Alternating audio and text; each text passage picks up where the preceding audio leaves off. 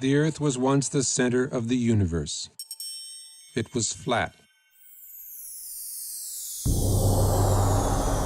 Then it was round, and it circled the sun. It was no longer the center of the universe. It was a tiny part of the Milky Way.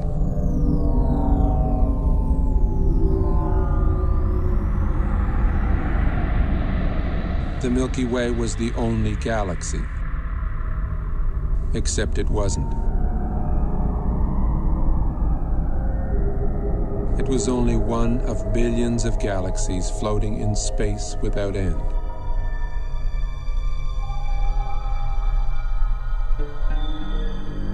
Every single time we think we've got it all figured out, we realize we've merely found another piece of the picture. It is a big picture, with many pieces.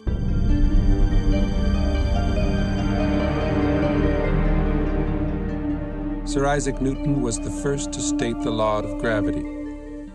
Eventually, everybody agreed that gravity alone formed galaxies and stars and planets, and that gravity alone holds the universe together.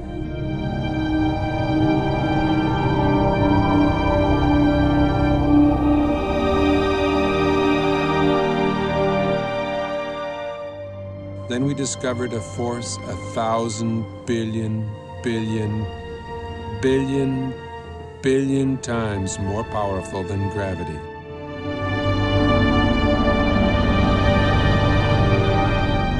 Until recently, we believed that the space between the stars and planets was empty, a vacuum. We now know it is teeming with charged particles.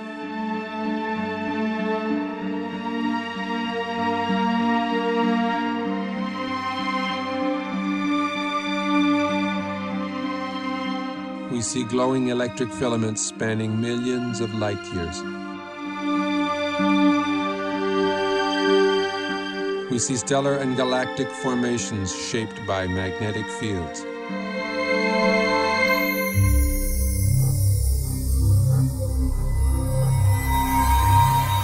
Only electric currents create magnetic fields.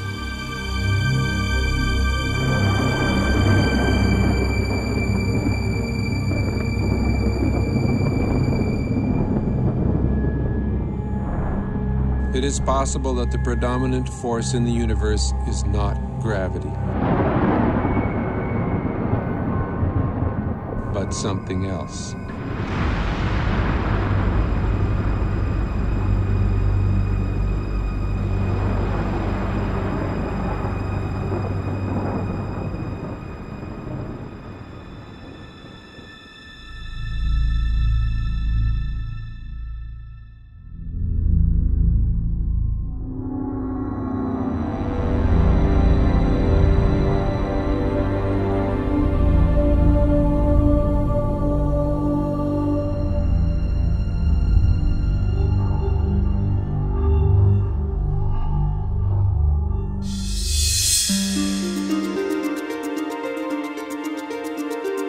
Recent discoveries in space have amazed and perplexed astronomers. Current popular theories in the sciences can neither predict nor explain the phenomena we are now observing.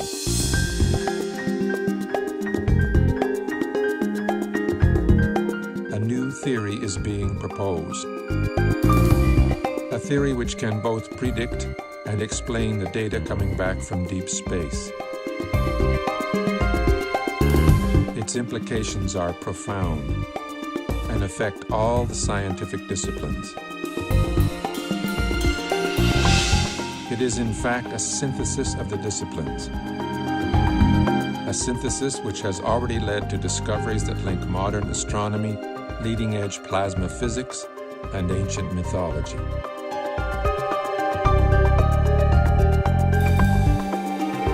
The electric model offers us a new interpretation of the workings of the universe, the history of our solar system, and even human history.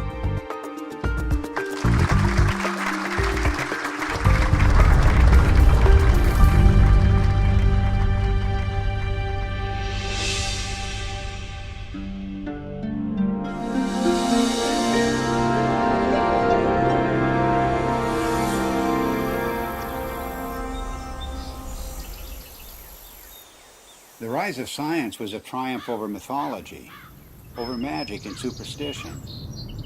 That's why the word science today implies reliability. The word myth means fiction, not true.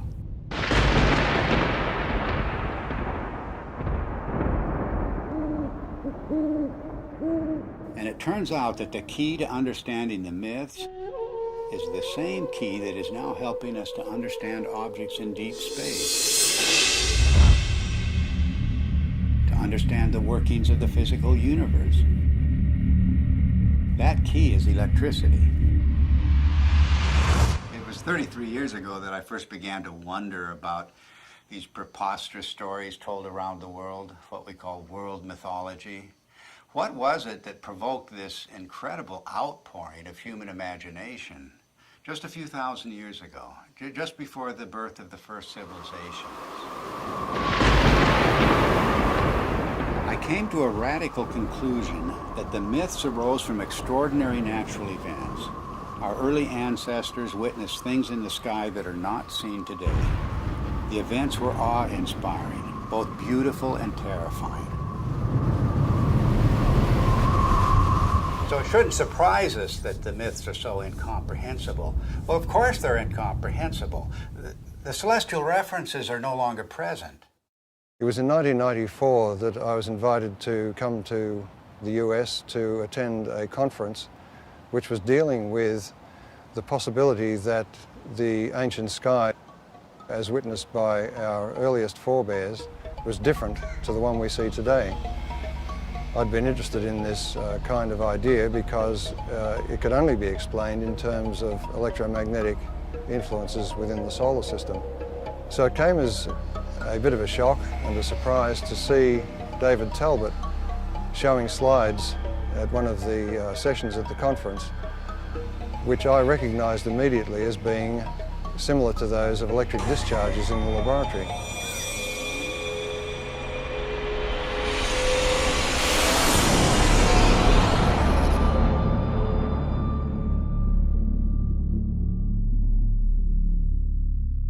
It was wonderful for me personally to come to my first Cronian meeting and hear Dave Talbott, and I still want to see some of those slides that he showed again and again and again that explained the white crown of Egypt and the rest of these things that he showed us, all from mythology, all from thousands of years ago. These things clearly were seen by civilizations that never talked to each other from the far corners of the earth. It all just clicked together like a three-dimensional jigsaw puzzle in my mind.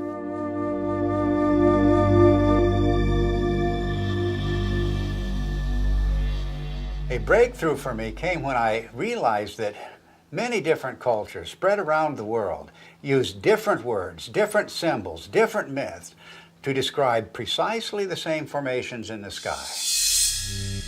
The Ouroboros, or celestial serpent biting its tail, for example, occurs on every habitable continent, but it has no ties to the world we now observe. Like all of the archetypes, it is part of an alien sky. A cosmic column rising to the center of the sky, holding aloft the wheel of heaven. And much more than a wheel, because this was the revolving cosmic temple, the city of the gods, the kingdom of heaven, always resting on the cosmic column. Then there's the image of the four rivers or pathways radiating from the center of the sky out to the boundary, the rim of the wheel. The simplest forms lead you invariably to the full story of world mythology. The hero's journey unfolds as the story of the wheel's axle. The mother goddess finds her identity in the star at the summit, the hub and spokes of the wheel.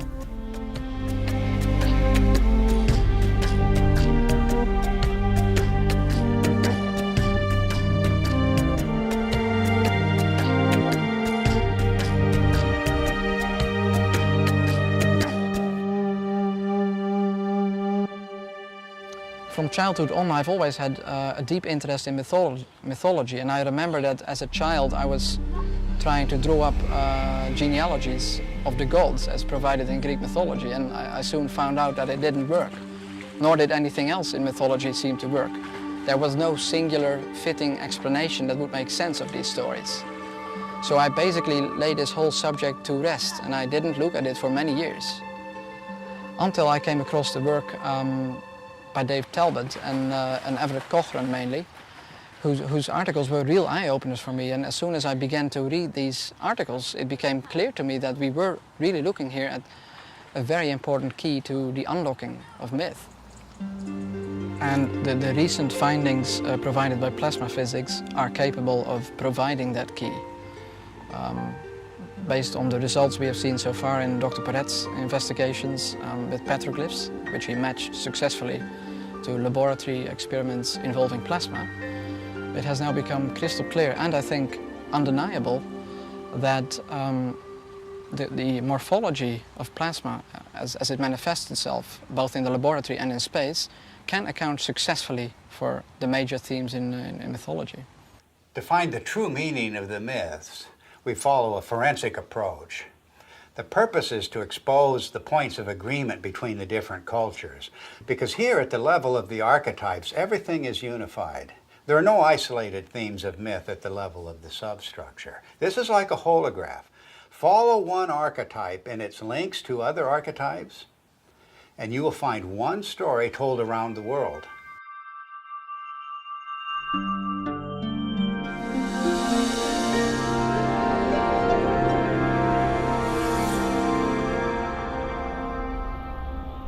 Throughout almost all of history, we have regarded the states of matter as being solid, liquid or gas. But in the last century or so, we have found that there is a form of matter where the charged particles within atoms are separated to some degree or another, and that is known as a plasma.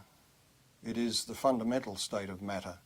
It was not until the second half of the 20th century that we came to realize the role of plasma in the universe.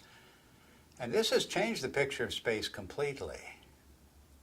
Not long ago, we thought of the physical universe as being constituted fundamentally of nothing more than atoms and empty space.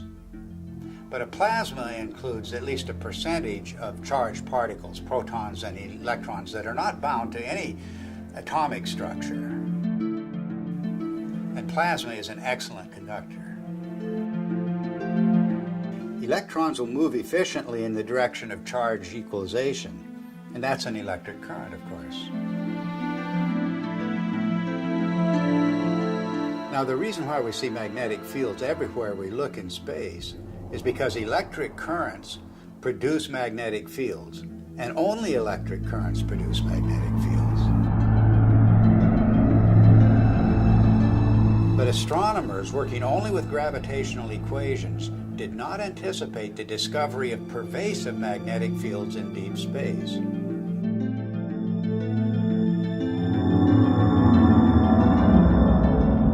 Electric currents also account for the abundant filamentation of space plasma. First, the electric currents produce the magnetic fields. Then these fields confine the electron flow to narrow paths. Such current paths or filaments are called Birkeland currents, named after the pioneer Christian Birkeland. They are typically braided just like the twisted wires of transmission lines on Earth. Well, that's their role in space, to conduct electricity across vast distances, creating the astonishing structures we observe in every direction. None of these structures were anticipated by gravitational theory, and none are indicated by the behavior of neutral gases in a vacuum. In any theory of the universe, plasma is extremely important because it has been found since the space age that it makes up 99.99% of the visible universe. So our inexperience with it on the Earth's surface is rather crippling when it comes to trying to decide on a cosmology to explain the visible universe.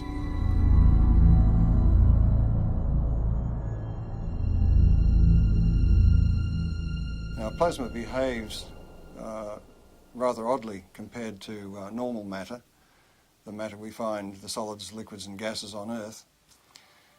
If you look at a novelty plasma ball, you will see that it forms these bright filaments that dart all around inside the globe. And if you look closely at them, you'll see that they're actually twin filaments twisted together. In other words, nature finds it efficient to be able to transfer energy over a distance by twisting two pairs of filaments together. And this is a characteristic of the way plasma carries electric currents in space.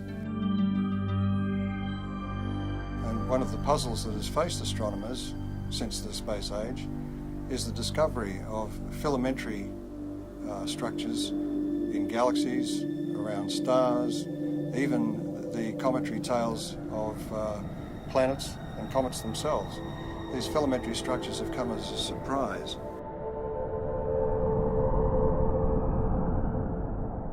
We now have plasma physicists who are doing important experiments in laboratories around the world, and one of the virtues of plasma experiments is that they can be scaled over an enormous number of magnitudes. In other words, a discharge phenomenon that may be seen in the laboratory that occupies only a few centimetres can be scaled up to the size of a galaxy, and you will see the same structures. Now, this introduces a new area into cosmology where we can do experiments on Earth which can verify our ideas, our theories about how the rest of the universe works. Some of the natural consequences of electrocosmology are the patterns that we see, both in the laboratory and in the sky. A very good example of this is the work of Dr. Anthony Peratt, who was a graduate student of the very famous Hannes Alfvén, who was really the father of electric cosmology. Peratt simulated on a supercomputer using just a cloud of electrical charges and a magnetic field, just using the laws of electrical science, not using anything to do with gravity. He simulated what looked like a spiral galaxy. And the interesting thing is that Peratt's spiral galaxy in the laboratory had exactly the same rotational properties as the real spiral galaxies that we see in the sky do.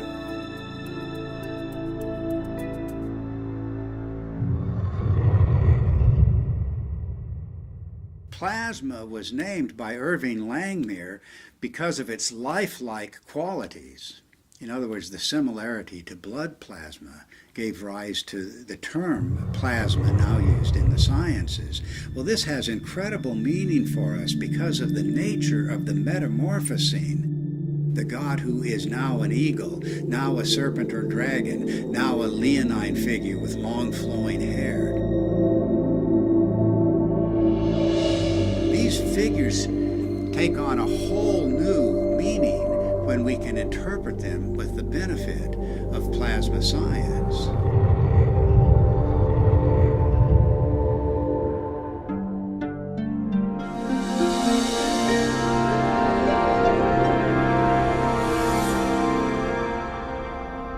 The new instrumentation that was developed in the space age expanded our ability to perceive things, perceive facts. We could now see things in the entire electromagnetic spectrum instead of just the narrow sliver of visible light. What you're seeing is the actual moment of deploy there when we take the switch to deploy, and it's so quiet. And we had sensors that were out in space. We were freed from the geocentric and anthropocentric order that had prevailed before.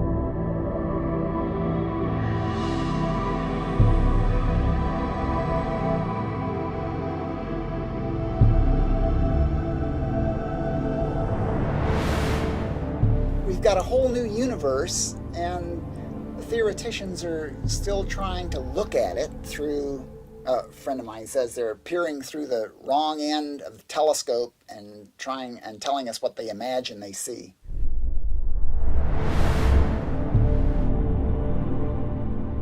Modern cosmology gives us a rather disconnected view of the universe. In other words, we are separated star from star by vast distances.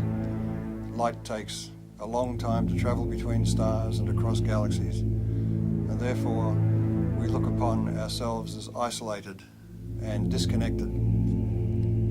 The electric universe takes a different view. It says that we are part of the Sun's environment, electrical environment, and the Sun is a part of the galactic environment. And the galaxy itself is strung, like all galaxies, on huge electric currents flowing through the universe.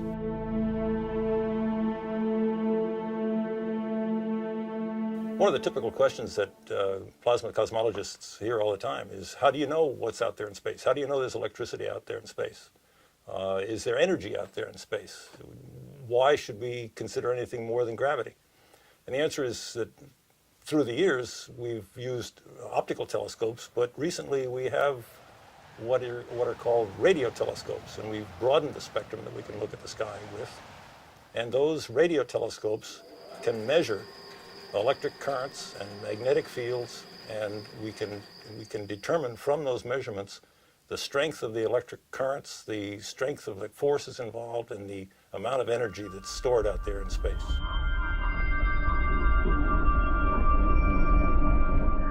The two major pillars of modern cosmology are based on the theories of relativity and quantum theory, and yet, as Einstein himself noted, the two are incompatible. And that may be because the theories of relativity deal with matter as if its only consequence is the bending of space. The electric universe, on the other hand, deals with the electrical structure of matter at the subatomic level and then works its way up through living systems, if you like, planets, stars, galaxies, and the entire universe, and shows that it is the electrical structure of matter that forms the amazing shapes we see in deep space.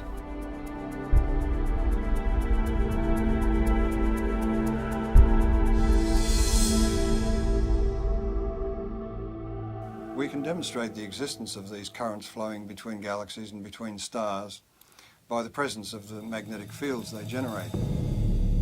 Magnetic fields are threaded through space at all dimensions, within the solar system, on the surface of the Sun, between stars, and within galaxies, and even between galaxies. Now, a magnetic field can only be generated by electric currents.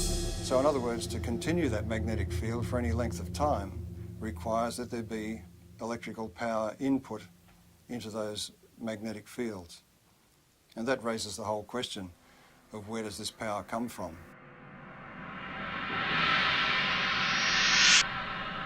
Modern cosmology is highly mathematical. In fact, we were joking before about the idea that the only people who understand cosmology are professional cosmologists. The basis of cosmology, really, if you hunt for it, lies in Einsteinian relativistic mechanics. And when Einstein promulgated his ideas, he totally and completely ignored anything electrical.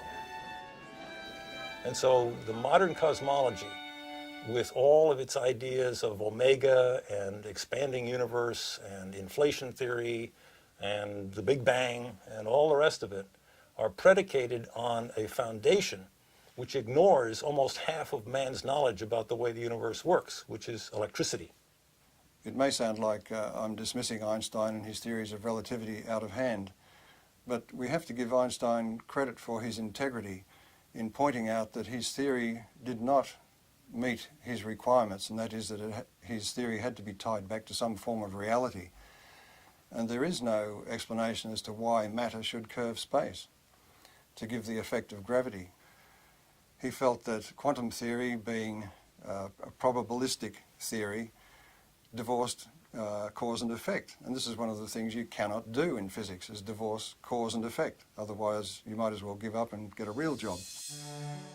But this is a puzzle that dogged Einstein through his later years, to the point that his followers tended to go off and use his geometrical explanations to conjure up things like black holes and neutron stars and so on, and the expansion of the universe and the Big Bang, without referring back to Einstein, who, with great integrity, said he wasn't satisfied with his explanation.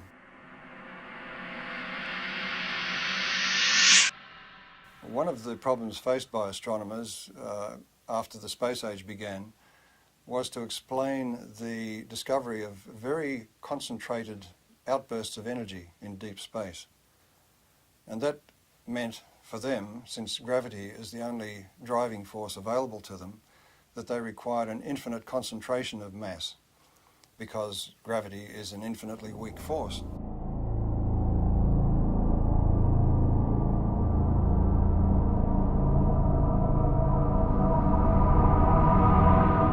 The black hole, as Wheeler originally visualized it, sucked everything, including light, in, and so therefore it was invisible. So he could postulate its existence, and we couldn't see it. And because we couldn't see it, we couldn't prove that it wasn't there. Later on, in order to explain these fantastic emissions of energy from galaxies, it was proposed, and I believe it was Stephen Hawking who did it, that there were various types of black holes, some of which actually then spat matter back out again in jets. Because, why? Because we had observed jets. In the electrical model, it's quite simple. If you think about it, the power that's expressed in your own home, in the heaters and the electric motors and the lighting and so on, is actually generated at a vast distance away from your house. In deep space, the same thing is true. The energy which we see concentrated in these events which are attributed to black holes and so on can more easily be explained as the confluence of electric energy from different parts of the same galaxy or even from other parts of the universe. And it is this explosive release of energy which forms the vast jets that we see lit up and exploding from the centers of active galaxies. We also have observed double radio sources either side of galaxies. And that event was predicted by Hannes Alfvén, the founding father of modern electrical cosmology, and is still to this day unexplained by standard cosmology. One of the most interesting phenomena in the sky is the so-called pulsar. A pulsar is an object that is observed to put out pulses, both of light and radio activity, RF, in the RF spectrum. And those pulses are extremely rapid. They are something like milliseconds apart. So it's like a extremely fast strobe light. And thinking of a strobe light, astronomers immediately leapt to the lighthouse kind of analogy. Something that must be spinning around, the beam is going around, and it's going around so quickly that this thing goes flash, flash, flash. Well, once the repetition rate of the pulsars was observed to get up to in the millisecond range, that meant that this star that was putting out this beam of radiation would have had to be rotating at 300 times a second. And 300 times a second, we're talking about the speed of a dentist drill. So the astronomers decided, well, normal stars couldn't possibly rotate at that speed, and so they postulated the existence of what they called a neutron star. A neutron star is a star that is so dense that it holds together so well that it can indeed rotate at the speed of a dentist's drill. Well, the problem is that in nuclear chemistry, we know that you can't pack neutrons together that densely. They will all fly apart instantaneously. There's a principle called the island of stability in nuclear chemistry that absolutely prevents that. So here again we have the standard astronomers or astrophysicists going directly against another well-developed science. In the electrical model, however, there's a very simple explanation for pulsars. Everybody is familiar with the idea that the pulses can travel back and forth on electrical transmission lines. Such uncontrolled pulses, for example, were responsible for the famous Northeast blackouts. A similar effect can occur between two binary stars connected by a plasma. The two binary stars act like capacitors that store charge. And if you reduce that in size to something you can produce in the laboratory, you can produce it in the laboratory, and it's called a relaxation oscillator. And electrical engineers use it and have used it for decades. The idea of producing pulses every few milliseconds is a sophomore level experiment in an electrical engineering laboratory. It doesn't require neutronium, strange matter, or any other fictitious device. All it requires is two capacitors, a battery, and a nonlinear resistor.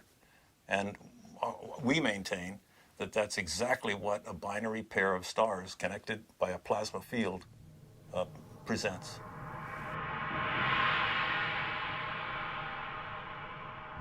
A typical ion in the solar wind, hydrogen nucleus, moving about 20 kilometers per second, which is relatively slow for the ions in the solar wind, in the magnetic field of the sun, experiences potentially magnetic forces that are something like 10 million times the strength of the gravitational force on that same ion from the sun. An interesting demonstration that illustrates very readily the relative strength of magnetic force and gravitational force is the simple idea of a ball bearing sitting on a wooden table. The entire mass of the Earth is pulling downward on that little ball bearing, and that's what prevents it from flying out into space. But a child can come along with a little horseshoe magnet and click, pick that ball bearing up instantly. The space age presents us with an interesting paradox. The technology of science is really quite extraordinary, and technology has taken us out into space, taken us to the moon, taken probes to distant planets, opened up whole new vistas in remote space with new telescopes and new ways of measuring what's happening in space. But the picture of theoretical science is much different. And many decades ago, assumptions began to crystallize in the theoretical sciences, beginning at the top, the queen of the sciences, as we say, which is cosmology. These theoretical assumptions have constrained all of the other theoretical sciences. Cosmology deals with the big picture questions, the first questions. How did the universe begin? What is it made of? How will it end? And so many popular theoretical constructs, from the Big Bang to string theory to dark matter and black holes, the formation of stars, formation of galaxies, all have arisen from assumptions first postulated by cosmologists. At the same time, these assumptions have defined boundaries for other theoretical sciences, working down from astronomy and astrophysics to the space sciences, solar theory, even Earth history, even human history, have all been confined by these boundaries established by the queen of the sciences, cosmology.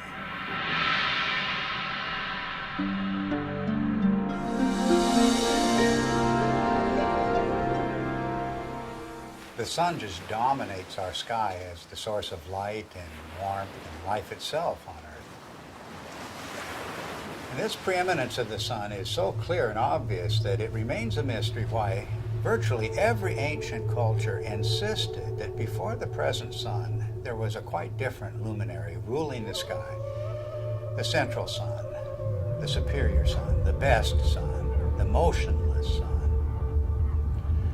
And all of these cultures, whatever may be the meaning of these traditions, are insisting that the sky has changed.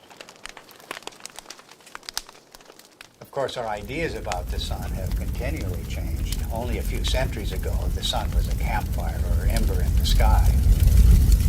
Then early in the 20th century, under the influence of gravitational theory, the sun was seen as a gravitationally collapsing nebular cloud.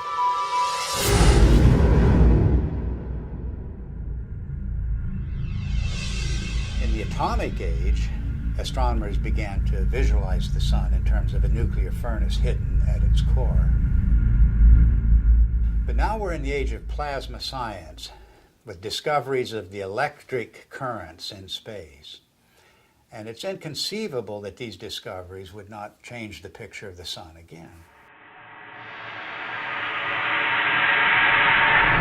Plasma cosmologists have been able to demonstrate experimentally and also in the supercomputer that galaxies are an electrical phenomenon, which raises the question about stars, and in particular our own sun, which is the closest star to the Earth, of course. Any theory of the sun has to explain how it could continue to burn for billions of years and also explain its present size. based on its known mass. And of course, as soon as nuclear energy was discovered, it was grasped immediately as the energy source of the sun. But all of that assumes that the sun is disconnected and an isolated body, and that it must consume itself over its lifetime to provide the heat and light that we receive from it. But if the sun is connected to the rest of the galaxy in an electrical sense, it doesn't require to burn itself at all. And the energy that we receive is actually being received from the galaxy, and the sun is acting as a focus for that energy.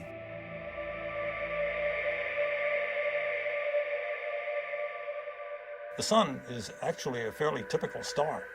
And so if we want to understand stars and cosmology, we really have to understand the sun.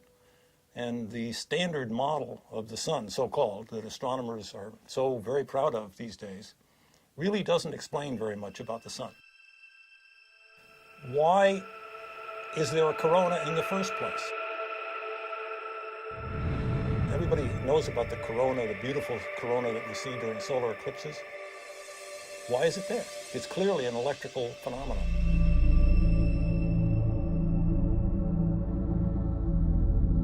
One of the greatest puzzles about the sun has been, with a surface temperature of 6,000 degrees, high above that surface we have temperatures of millions of degrees. And the question has been, how do we get the energy from the center of the sun somehow past that surface to heat the upper atmosphere of the sun to millions of degrees? In the electric model, you don't have that problem, because if the energy is arriving from outside the sun, the first place you expect to see that energy expressed is above the sun in its tenuous atmosphere. And that is the place where particle acceleration occurs, and the apparent temperature goes very high indeed, up into the millions of degrees.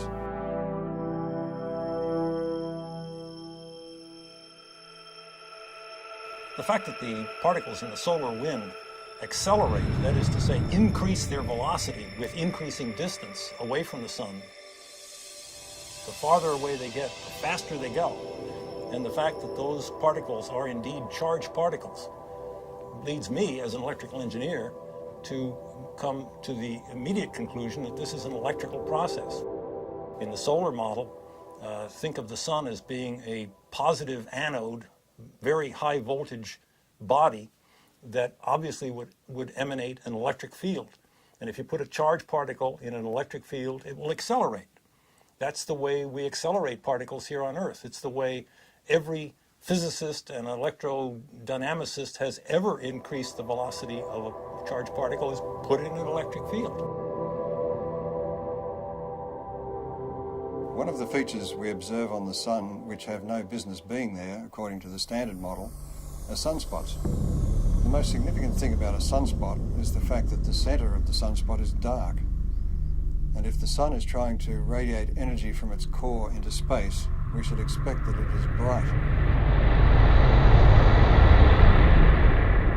And if you think about that umbra, that darkest place in the center of sunspots, that's the place where we can see deepest into the sun. And just consider the fact that at that point where we can really see down into the sun, that's the absolute coldest place that we are able to measure. If the center of the sun is really a nuclear fusion furnace, it should be the hottest because we're closest to the source, and it's not the case. If you ask any astronomer, why are there sunspots? Why are the umbra dark? They will blame it on some sort of warped, twisted magnetic fields. They will say that it has to do with the solar dynamo, all of which lurk unseen like a big genie somewhere below the surface. These phenomena are only to be expected if the sun is electrical in nature. Astrophysicists make the claim that the solar fusion model has indeed been tested in the laboratory, and nothing really is further from the truth. Although each of the steps involved in the hydrogen to helium fusion reaction have indeed been verified experimentally, the overall experiment, the overall reaction, has never been produced in a continuous laboratory experiment.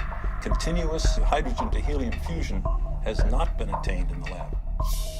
The strength, in fact, of the electric cosmology is that indeed all of the mechanisms that the electrical people talk about have indeed been verified over decades, in fact, at least a century, in the laboratory. The plasma scaling is well known, and plasma and electrical experiments have verified every step of the way.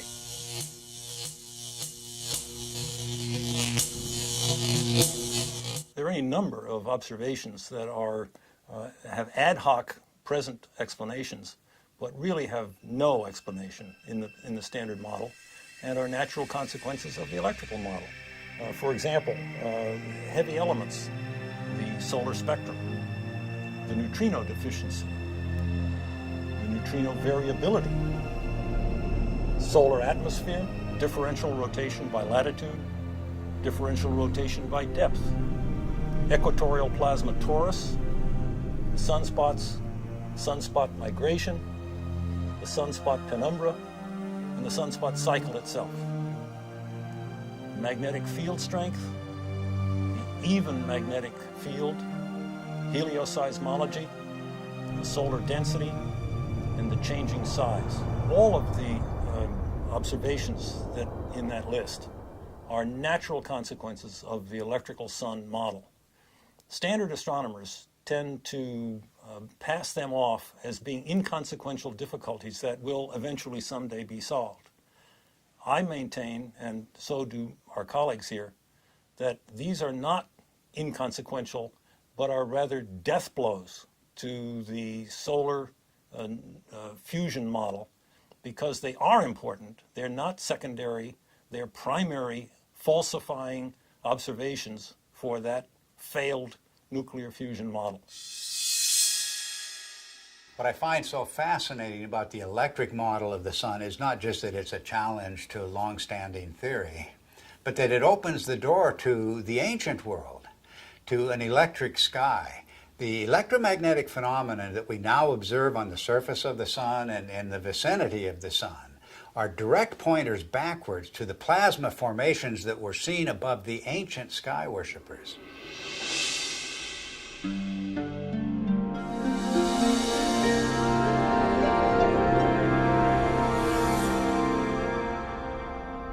Electrical currents in space can either be invisible or they can be visible. If they're very diffuse, in other words, there's very little energy per cubic meter, they will be invisible. But where that energy becomes concentrated, it will begin to glow. And we see this kind of thing in the ion tails of comets, for instance. Where the energy becomes very concentrated, we begin to see arcs and sparks, if you like. Electrical discharge phenomena.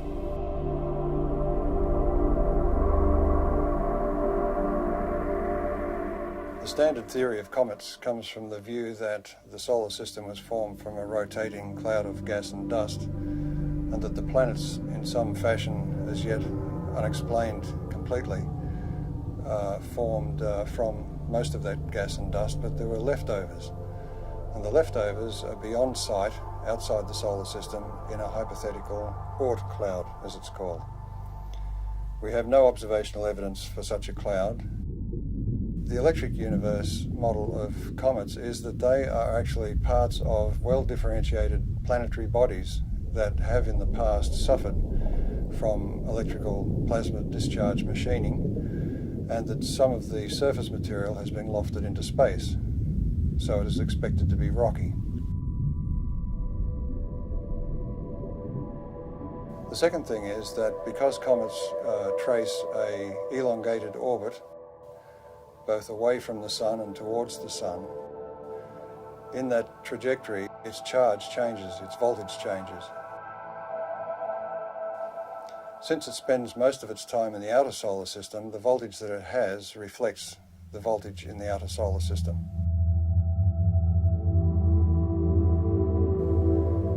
But as it hurtles towards the sun, as it enters towards the Earth's orbit, the voltage is changing rapidly, and the comet has to respond to that by beginning to discharge. And that's where we see the familiar cometary phenomena of the coma and the various tails that it produces. This creates a very distinct difference between the two models, the standard model of a comet, which is supposed to be dust and ice left over from the formation of the solar system, and the electrical model, which says that a comet is an electrical body which begins to discharge as it enters the inner solar system. Ever since we've begun to look at comets in close-up, and Halley was the first one that was observed by several spacecraft close-up, it was found to astronomers' surprise that the material coming off the comet was coming in discrete jets and seemed to be coming from what looked like circular areas on the crater. But the imagery wasn't sufficiently sharp to be able to tell exactly what was going on. This required the standard model to come up with an idea that maybe the surface of the comet is coated in black tarry substance or something which was preventing the material from just evaporating from the surface and forming jets as it burst through the surface. But when later images were looked at as we passed other comets, it was found, to astronomers' amazement, that they were seeing very sharp relief. It wasn't like a melted ice cream, it was looking like a piece of heavily cratered rock. Now this fits the electric model of the electrical discharge birth of such a body. In other words, there's very little distinction between an asteroid and a comet other than its orbit. It was in this context that I looked at Comet Tempel 1, which was chosen as the target for an impact. And the idea was that the impact would create a small crater which could then be photographed by the passing spacecraft, and we could determine whether the material was ice or dust or rock based on the size of the impact crater. It seemed to me that if this comet was a charged body, there would be several other effects that were unexpected. Principally, as a metal copper object approached the comet, there should be an electric discharge to that copper projectile. In other words, there would be an initial flash, and then there would be the impact itself. And the impact, I suggested, would be far more energetic than was expected, because it would tend to concentrate the electrical discharge in the area of the impact, and also it may change the nature of the jets nearby. So it was with great interest I awaited the results of the impact and watched it on television. Before the impact, the astronomers in the assembled control room were worried that they wouldn't see anything, that the impact would result in a very small puff of dust, and that would be the end of it. So when the impact occurred, they were surprised by two things. One was that there was an initial flash followed by the main impact, which was so energetic that some of the sensors were almost swamped, and the passing spacecraft was unable to achieve its primary aim, which was to photograph the crater. A part of the surprising brightness of the dust released from the impact with Comet Tempel 1 was due to the fact that it was so intense and so widespread. And one of the initial findings was that it seems to be very finely divided dust. Now this is the same thing that was found at Comet Halley, and it was a surprise then, so it's rather surprising that they are surprised once more. The point is that an electrical discharge on the surface will release material, dusty material, very finely divided. It's a technique that's used in sputtering of metals onto, for instance, astronomical mirrors. So this production of very fine dust is to be expected in the electrical model. But in the standard model, you are asking ices to evaporate or to sublimate, and in doing so to drive off pre-existing dust grains. So there's no way that the dust can be finely divided. It will be in its pristine state. So the production of this great cloud of very fine dust is rather inexplicable in the standard model. The electrical model of comets was driven for several people by Velikovsky's challenge that the solar system had electromagnetic forces to be taken into account. And one of the early pioneers in addressing this issue of are comets an electrical phenomenon was Ralph Jurgens. When he proposed the electrical model of the Sun, it implied that all bodies in the solar system must have, to some degree, a cometary appearance or a cometary effect associated with them.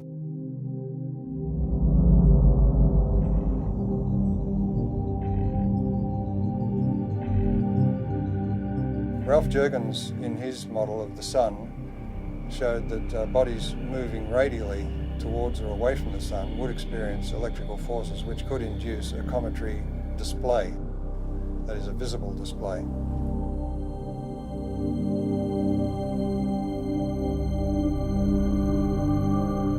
Also working in later years with Ralph Jurgens was Dr. Earl Milton, and he made some predictions and statements about the impact of Comet Shoemaker-Levy 9 fragments with Jupiter.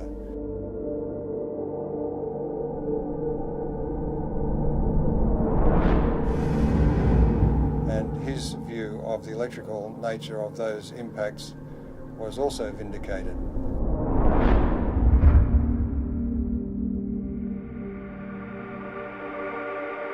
In the electrical model of the solar system, anybody moving away from or towards the Sun at any great rate, for example like a comet, will experience electrical effects which result in a cometary appearance, and that could apply to a planet. Now Velikovsky, in his research, found that Venus was described as a stupendous comet at some point in ancient times. So it was very gratifying for him to be able to announce at the conference in 1974 that astronomers had discovered what they called a cometary tail of Venus. Some years later, it was announced that it was discovered that stringy things were coming from Venus. And of course, this was confirmation to the electrical model because plasma currents flow in strings. This discovery of a cometary aspect of Venus raises the issue of the intense heat we find on Venus. That intense heat is not well explained at all by any idea that the planet is somehow a twin of the Earth's. It raises the distinct possibility that Venus has had a far more dynamic history than we've been taught.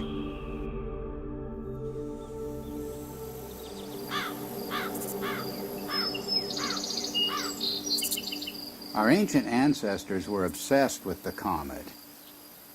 Let the slightest wisp of a comet appear in the sky and all of humanity was thrown into terror. But why was this?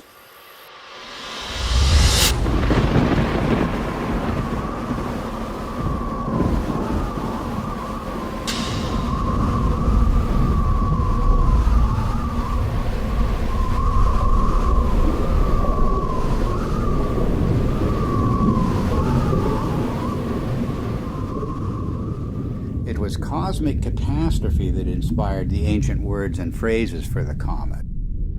The comet was the torch of the sky, the sword hanging over the world, the spiraling serpent or dragon, the spiraling sidelock or ribbon. The angry or lamenting goddess soaring across the sky, her hair disordered and blowing in the wind. Anyone exploring the roots of the ancient comet fears is going to run into the work of Immanuel Velikovsky, the controversial theorist who suggested that, well, there's a reason for the fears of comets around the world. We experienced this horrific cometary catastrophe. The world was devastated by a comet just a few thousand years ago. And Velikovsky went further. He said that not that long ago, planets appeared in the sky with comet-like attributes. In particular, he named the planet Venus as the great comet of antiquity. Both Walt Thornhill and I disagreed with many components of Velikovsky's reconstruction, but we also felt that Velikovsky had nailed certain principles that can help us to understand the early cultures. In particular, Velikovsky was correct in naming the planet Venus as the Great Comet. And the cometary language of Venus goes far beyond anything that Velikovsky himself published. In every corner of the world, the language of the comet and the language of Venus are identical. Venus as serpent or dragon. Venus as torch of the sky. Venus as long-haired star. Venus as bearded star.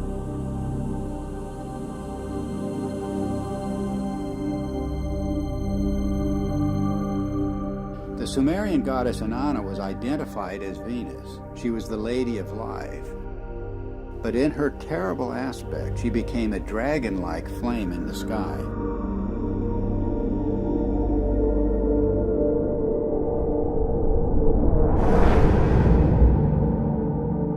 The texts say, like a dragon, you have deposited venom on the land, raining the fanned fire down upon the nation. Inanna became a roaring storm. She devastated the land. Mankind comes before you in fear and trembling at your tempestuous radiance, the texts say. Inanna's Babylonian counterpart Ishtar was also identified as Venus. She was the shining torch of heaven and earth.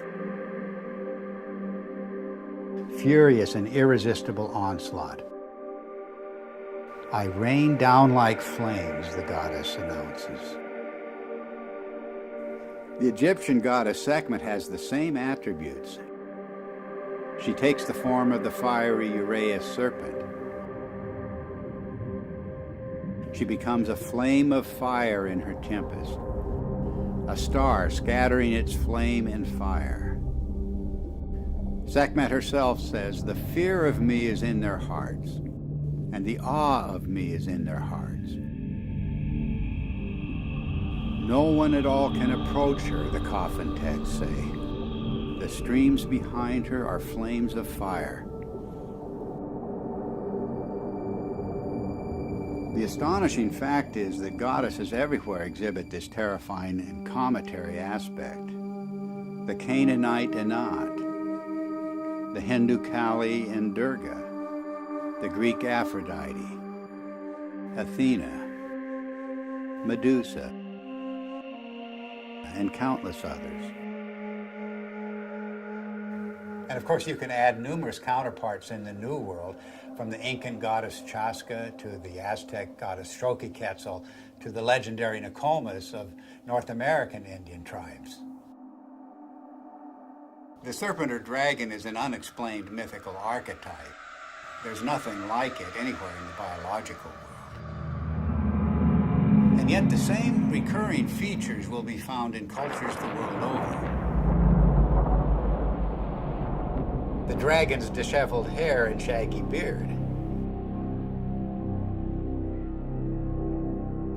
Its knotted aspect, and its worldwide appearance as entwined twins.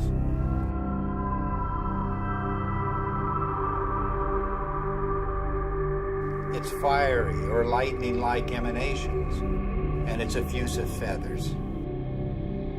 In all of the ancient serpent or dragon images, it's the luminous, filamentary, braided, spiraling, metamorphosing, and destructive aspects that stand out.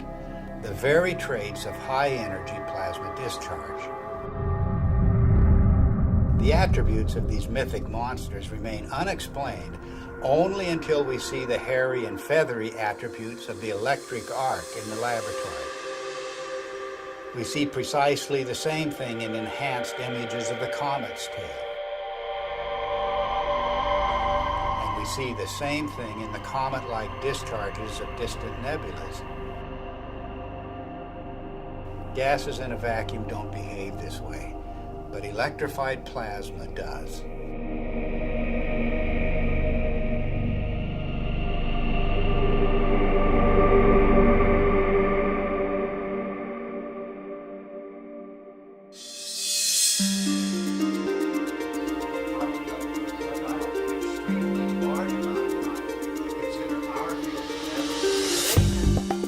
The recent discoveries about the comet have astonished astronomers. Extreme ultraviolet light, X-rays, supersonic jets, sharply etched surface relief, and cometary nuclei fragmenting explosively. No one expected such high-energy events.